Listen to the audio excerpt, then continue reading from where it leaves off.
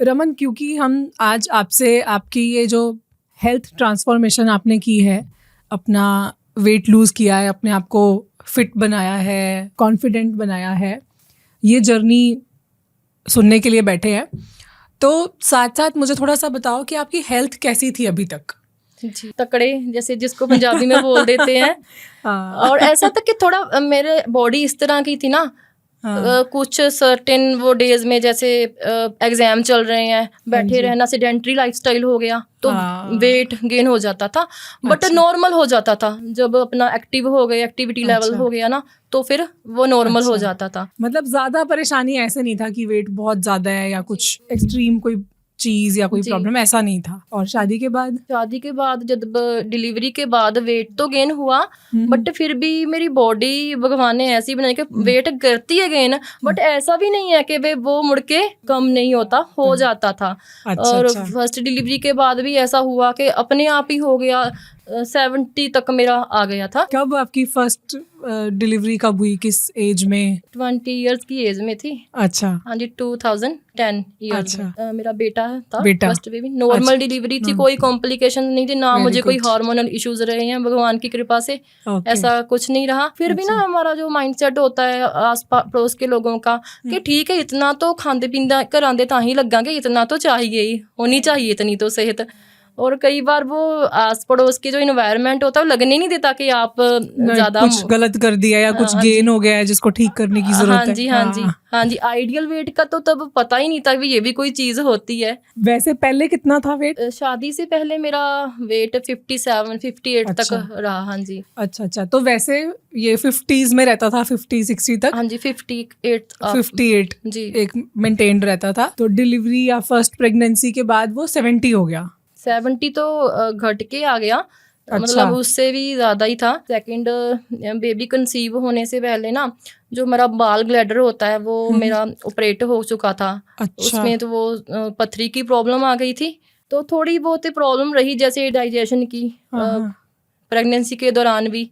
अच्छा। बट कुछ ज़्यादा सीरियस नहीं था, नॉर्मल डिलीवरी थी बिल्कुल। ये भी प्रेगनेंसी के दौरान मेरा हाईएस्ट वेट 82 तक गया था। डिलीवरी के 2-3 महीने बाद वो 72 तक आ गया था। ओके। जी, 70 तक, मतलब जिसको हम बोलते हैं भी चलो चलता है, इतना तो चलता है। अब औरत हो तुम, लड़की जैसी तो बात नहीं हो सकती, इतना तो चलेगा ही। आपको लगा कि चलो औरत हो, इतना तो हो गई, ये सोसाइटी ने ऐसा बना दिया, या आपको जी। भी ऐसा लगता था कि हाँ यही नॉर्मल है, ठीक तो है, कौन सा कोई ज्यादा है? कहाँ से आई ये सोच? कुछ सोसाइटी की बातों से भी आ गई, बट अंदर से तो थोड़ी फीलिंग ऐसी रहती थी। किसी को देखकर उसकी वो नहीं मोटी हुई, वो बिल्कुल पहले जैसी है, शादी के पहले वाली। अच्छा। तो मेरी बॉडी के साथ ही ऐसा क्यों है कि या इम्पॉसिबल है, ये हो ही नहीं सकता। कभी कभी तो ऐसी बात मन में आ जानी कि लगता है अगले जन्म में ही अब पतले होंगे, इस जन्म में पतले नहीं हो सकते। तो अंदर से थोड़ी आती थी, कॉल तो आती थी। खुद को मिरर में देखना तो लो कॉन्फिडेंस फील होना, या खुद पे थोड़ा गुस्सा भी ऐसे फील होना। फिर भी हम उस चीज़ से ध्यान हटता था, इधर उधर अपने कामों में लगता था, फिर वहीं पे वही कुछ आ जाते थे। वेट के अलावा और भी कोई चैलेंज आ रहे थे? क्योंकि अब बच्चे भी हैं, घर का भी सारी जिम्मेवारी है, काम है, सब कुछ है। तो फील हो रहा था कि पहले जब मैं 58 kg की थी तब मेरी एक्टिवनेस या मेरी एनर्जी, और अब बच्चे होने के बाद जब मेरा वेट इतना बढ़ गया है, 72 किलो पहुंच गया है, तो अब मेरी एनर्जी या मेरा कॉन्फिडेंस, तो वो फ़र्क फील हो रहा था आपको? एनर्जी तो काफ़ी लो फील होती थी, जैसे थोड़ा काम करना, थक जाना।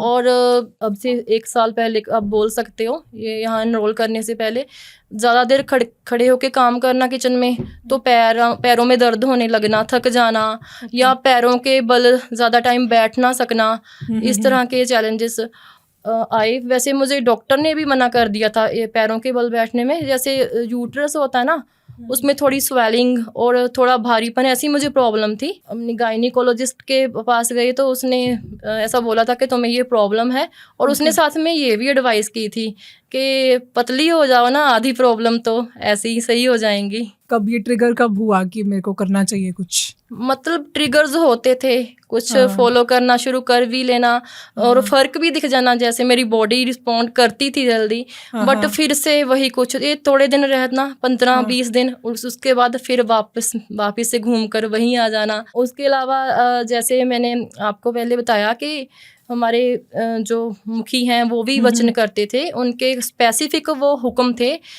एक तो पहला कि उन्होंने बोल रखा है कि जैसे ना हमारे सिख धर्म में दसवंध का बहुत महत्व है, कि अपनी कमाई में से 10वां हिस्सा आप ऐसे गरीबों के लिए या वैसे दान के लिए निकालो। तो उनका ये स्पेसिफिक एक हुक्म कई सालों से वो कर रहे थे कि अपनी बॉडी के लिए दिन में 24 घंटों में से 10 निकालो आप, वाह, जो 2.5 घंटे 2.5 के। घंटे, हाँ। आप चाहे वर्कआउट कर लो, चाहे आप डाइट पे Very ध्यान दे लो। और डाइट के लिए भी उनका एक बार बार वो ना जो वचन है वो सर्कुलेट होता रहता है हमारे ग्रुप्स में, कि तंदुरुस्त रहने के लिए पौष्टिक भोजन सही समय पर सही मात्रा में खाएं। थ्योरी तो एक मिल गई थी, वो तो सब अवेयरनेस तो थी, मतलब वो थोड़ी टाइम के लिए वो रहती थी, मुड़ के जब हम कहते हैं ना वो माइंडलेस हो गए, इधर उधर बस थॉटफुलनेस नहीं रहती थी हमेशा के लिए। और ऊपर से इस चीज़ का भी इम्पैक्ट था कि उन्होंने जैसे ये बोला है पौष्टिक भोजन सही समय पे सही मात्रा में खाने के लिए, पर ये पता होना कि पौष्टिक भोजन है क्या, सही मात्रा है कितनी, जी सही जी समय है कौन सा, जी ये भी तो अंडरस्टैंडिंग जरूरी है ना। आपको ना जैसे मैं बहुत टाइम से फॉलो कर रही हूँ, टिकटॉक के टाइम से। ओह, टिकटॉक अच्छा। डिलीट हुआ, आप यूट्यूब पे आए। अगर ये कहा जाए, ये गलत नहीं होगा कि आपको ना मैंने स्टार्टिंग से लेके अभी तक आपकी जर्नी मैंने देखी है और महसूस भी की है।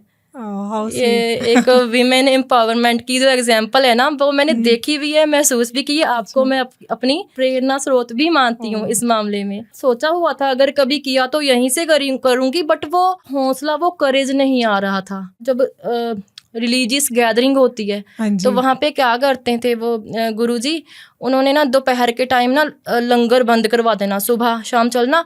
उस टाइम पे ना वो हमारी एक स्पेशल वहाँ सैलेड चलता था, वो बीन्स वगैरह, पनीर वगैरह, जिसको हम आम भाषा में हम प्रोटीन सैलेड बोल देते हैं। वो सारी संगत में वो सर्व होता था, सभी कुछ उसमें सब्जियां वगैरह ऐसे ही डालकर थोड़ा चटपटा बनाकर वो सर्व होता है।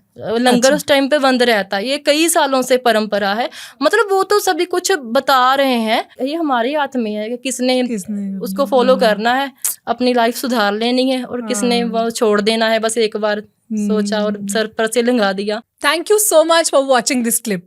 अगर ये क्लिप आपको पसंद आई है तो आई एम श्योर कि ये पूरा एपिसोड भी आपको बहुत काम का लगेगा। फुल एपिसोड देखने के लिए आप डिस्क्रिप्शन में दिए गए लिंक पर क्लिक कर सकते हैं।